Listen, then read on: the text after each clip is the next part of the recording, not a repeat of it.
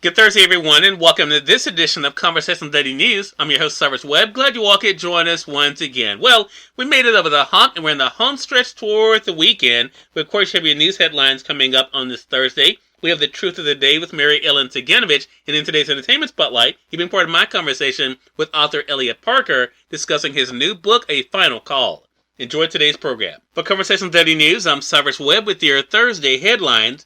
In national news, the Associated Press says roll up your sleeves, kids turn or rise for COVID-19 shots. Hugs for kids, parties indoors, pillow fights. School children who got their first COVID-19 shots on Wednesday said these are the pleasures they look forward to as the U.S. enters a major new phase in fighting the pandemic. Health officials hailed shots for kids aged 5 to 11 as a major breakthrough after more than 18 months of illness, hospitalizations, deaths, and disrupted education. Kid-sized doses of the Pfizer-BioNTech vaccine cleared two final hurdles on Tuesday, a recommendation from CDC advisors, followed by a green light from Dr. Rochelle Walensky, director of the Centers for Disease Control and Prevention. At a Decatur, Georgia pediatrician's office Wednesday, a 10-year-old took off her black leather jacket, rolled up her sleeve as her mother looked on. I see my friends, but not the way I want to. I want to hug them, play games with them. That we don't normally get to do, the girl said to the Associated Press. With the federal government promising enough vaccine to protect the nation's 28 million kids in this age group, pediatricians' offices and hospitals began inoculating children, with schools, pharmacies, and other locations planning to follow suit in the days ahead. The vaccine, one-third the dose given to older children and adults and administered with kid-sized needles, requires 2 doses 3 weeks apart, plus 2 more weeks for full protection. That means children who get vaccinated before Thanksgiving will be covered by Christmas. Thousands of pediatricians pre-ordered doses, and Pfizer began shipping soon after the Food and Drug Administration's decision last Friday to authorize emergency use. Pfizer said it expects to make 19,000 shipments, totaling about 11 million doses incoming, and millions more will be available to order on a weekly basis. Authorities said they expect a smooth rollout, unlike the chaos that plagued the national one for adults nearly a year ago. Asked about parents having trouble finding vaccine appointments, White House coronavirus coordinator said the vaccines.gov website will be updated by Friday for parents to search for locations near them. He said the kid vaccination campaign will be at full speed next week as Pfizer continues to ship millions more doses to locations around the country. And he said more than 6,000 vaccination clinics are being planned at schools around the country before the winter holiday break. In international news, Watchdog finds no misconduct in mistaken Afghan airstrike. An independent Pentagon review has concluded that the U.S. drone strike that killed innocent Kabul civilians and children in the final days of the Afghanistan war was not caused by misconduct or negligence, and it doesn't recommend any disciplinary action, the Associated Press learned on Wednesday. The review done by the Air Force found that there were breakdowns in communication and in the process of identifying and confirming the target of the bombing, according to a senior defense official familiar with the report. But it was concluded that the mistaken strike happened despite prudent measures to prevent civilian deaths, said the official, who spoke on condition of anonymity to discuss a report that was not yet revealed to the public. The intelligence about the car and its potential threat came just days after Islamic State suicide bomber killed 13 U.S. troops and 169 Afghans at a Kabul airport gate. The U.S. was working to evacuate thousands of Americans, Afghans, and other allies in the wake of the collapse of the country's government. In more national news, divided Democrats call for new strategy after disaster in Virginia. A brutal loss in blue-leaning Virginia and a too-close-for-comfort race in New Jersey sent divided Democrats in Washington scrambling for answers on Wednesday and calling for new strategies to unstick a stalled legislative agenda before they sustain more political damage. Republican Glenn Youngkin edged former Governor Terry McAuliffe in the Virginia's governor's race, erasing President Joe Biden's 10 percentage point margin of victory just a year ago. In New Jersey, heavily favored Democratic Governor Phil Murphy was neck and neck with GOP political newcomer in a state Biden had carried by 16 percentage points. The results were ominous for Democrats far beyond those states. The party's eroding support does not bode well as it clings to a narrow House and Senate majority ahead of midterm elections next year. In business news, Fed to begin slowing economic aid as inflation worries rise.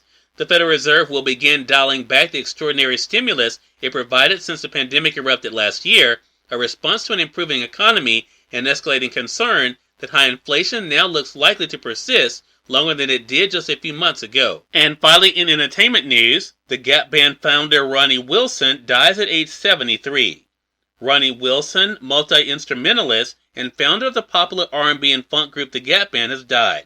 His wife posted on Facebook that her husband died on Tuesday. Cyrus Webb, Conversations Daily News. It's now time for the Truth of the Day with Mary Ellen Ciganovich. Mary Ellen, take it away. Hi, this is Mary Ellen with your Truth of the Day. Do what excites you. Every human life has the potential to be thrilling and awe-inspiring. Your life depends on you and the choices you make day by day. Each day can be rousing and exciting or boring and tedious. You create an exciting life by doing things that excite you whenever the opportunity arises. First, you must know what excites you and what you like to do for fun. Your views of what fun is may change from year to year.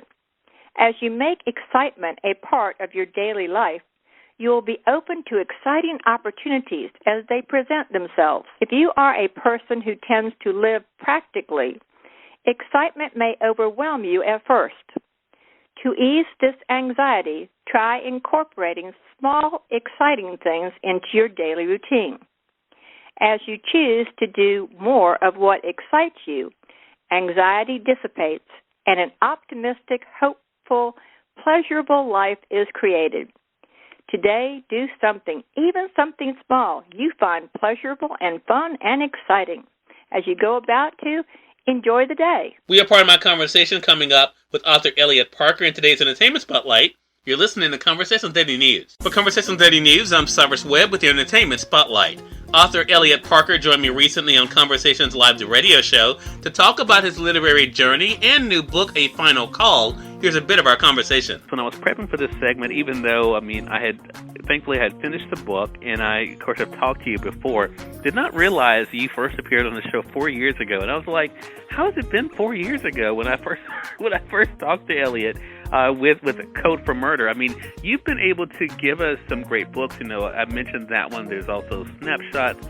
Now you have A Final Call. What has it been like for you, Eliot, from book to book, to be able to see the way the readers have responded, but also the way that your base has grown along the way?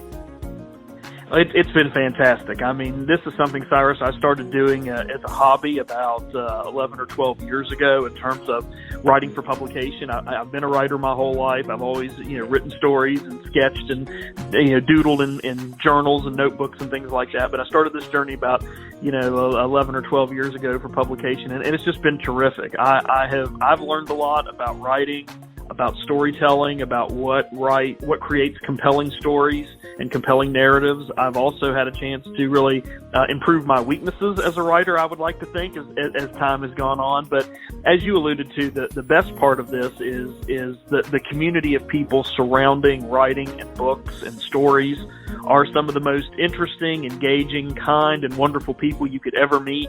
And that has been probably my favorite thing about this whole process, is I've come across so many great people like you and formed friendships with people like you and booksellers and bookstores and publicists and on and on and on. And I've just learned that my big takeaway from that is people that are involved in books in any of those areas are some of the best and kindest and most fun people you could ever meet. Cyrus Webb, Conversations Daily News.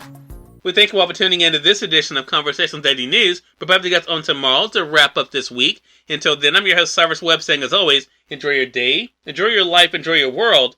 Thank you all for choosing Conversations Daily News today. Let's make it a great one.